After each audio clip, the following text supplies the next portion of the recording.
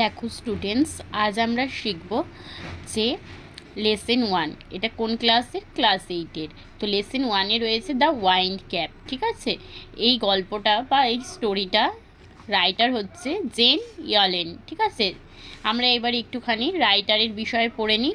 Gen yacht Allen, 1939, ঠিক আছে, is an American author and editor of folklore, fantasy, science fiction and children's book.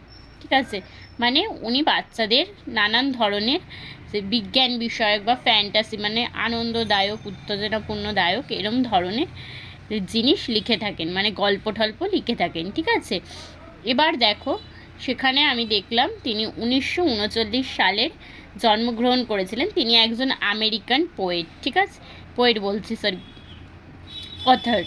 ঠিক আছে, তো এবার দেখো আমি রিডিংটা স্টার্ট করব। দেখো এবার আমি রিডিংটা পড়া শুরু করছি। ঠিক আছে, there was once a lad who wanted to be a sailor, but his mother would not let him go to C.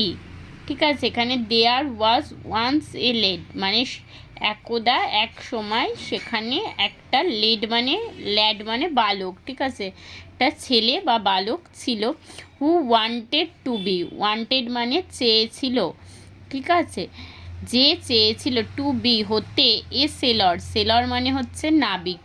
But his mother, কিন্তু তার মা, would not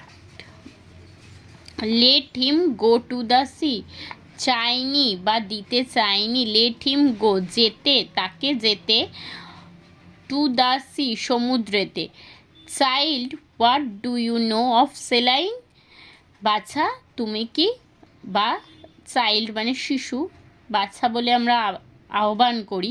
what do you know of sailing মানে বলছে তুমি কি জানো এই নাবিকের কাজ। সেলাইং মানে হচ্ছে নাবিকের কাজ। ঠিক আছে, সি উড সে, সে বলল, you are a farmer sons, তুমি যে একজন ফার্মার্স মানে কৃষকের পুত্র, সন মানে পুত্র। You know the turn of the seasons, তুমি তো জানো টার্ন অফ দ্য সিজনস মানে পরিবর্তন, সিজন মানে ঋতুর, তুমি তো ঋতুর পরিবর্তন সম্পর্কে জানো। And the smell of the soil, soil মানে মাটি, স্মেল মানে গন্ধ, তুমি তো মাটির গন্ধ জানো।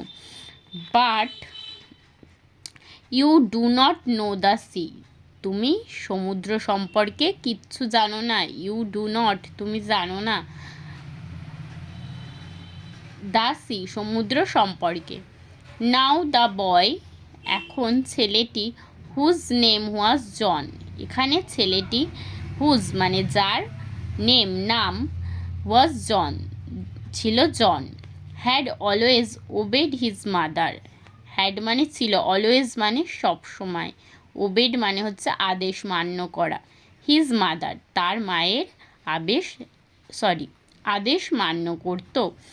So he went about his farm work, সুতরাং হি ওয়েন্ট গিয়েছিল, অ্যাবাউট হিজ ফার্ম ওয়ার্ক তার চাষের কাজে, with a heavy heart, heavy heart মানে বিষণ্ণ হৃদয়, হেভি মানে বিষণ্ণ বা দুঃখপীড়িত একটি হৃদয় নিয়ে, মানে তোমার মনটা এখন দুঃখে ভারাক্রান্ত, সেই অবস্থায় সে চাষের কাজ করতে চলে গেল।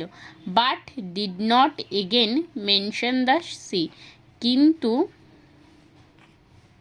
এগেন আবার, মেনশন মানে উল্লিখিত করা, দা সি সমুদ্র সম্পর্কে আর কোনো কথা সে বলল না।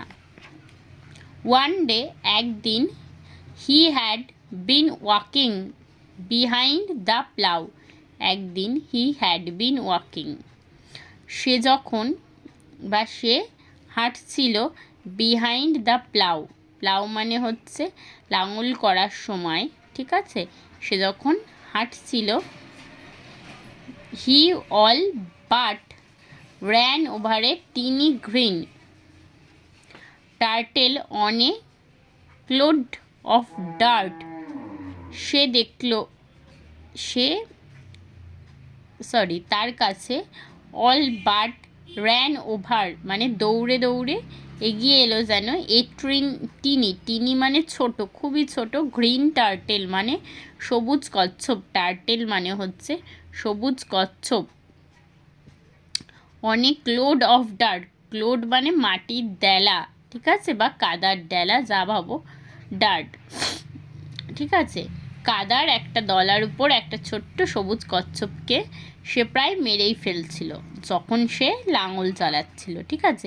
হি পিকড দ্য টার্টেল আপ, সে পিকড মানে তুলে নিল বা বাঁচিয়ে নিল, দ্য টার্টেল আপ উপরে তার কাছে, and set it on his head এবং তার মাথার উপরে বসালো,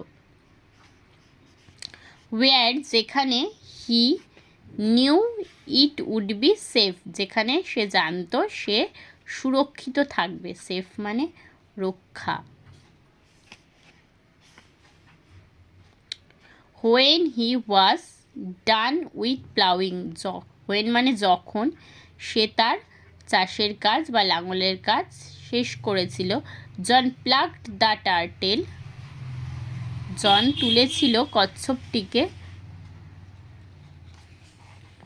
ফ্রম হিজ হেড তার মাথা থেকে নামালো, ঠিক আছে,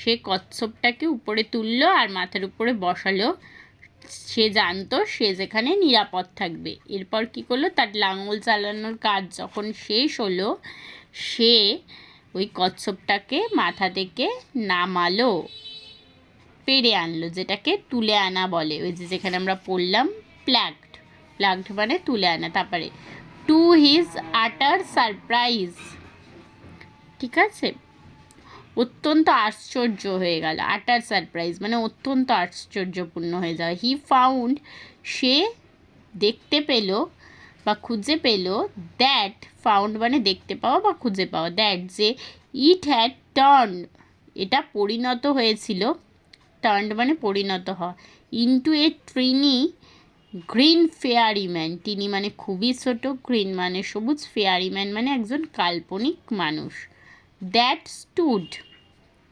দাঁড়িয়েছিল, আপন মানে উপরে, হিজ প্লাম অ্যান্ড বৌড, প্লাম মানে হচ্ছে হাতের তালু, ঠিক আছে, আর বৌড মানে হচ্ছে তোমার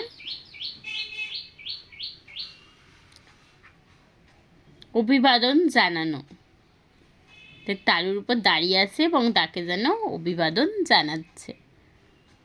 তো দেখো আজকে আমি তোমাদের এই ক্লাসে এতটুকুই তোমাদের সাথে আলোচনা করলাম। তো নেক্সটটুকু তোমাদের পরের দিন পরের ক্লাসে করানো হবে। তোমাদের যদি কোনো অসুবিধা থেকে থাকে অবশ্যই আমাকে জানাবে, এবং আমি যদি কোনো ভুল ত্রুটি করে থাকি সেটাও তোমরা যারা জেনে থাকবে আমাকে জানাবে, তাতে আমি তোমাদের আরও ভালো করে শেখাতে পারব।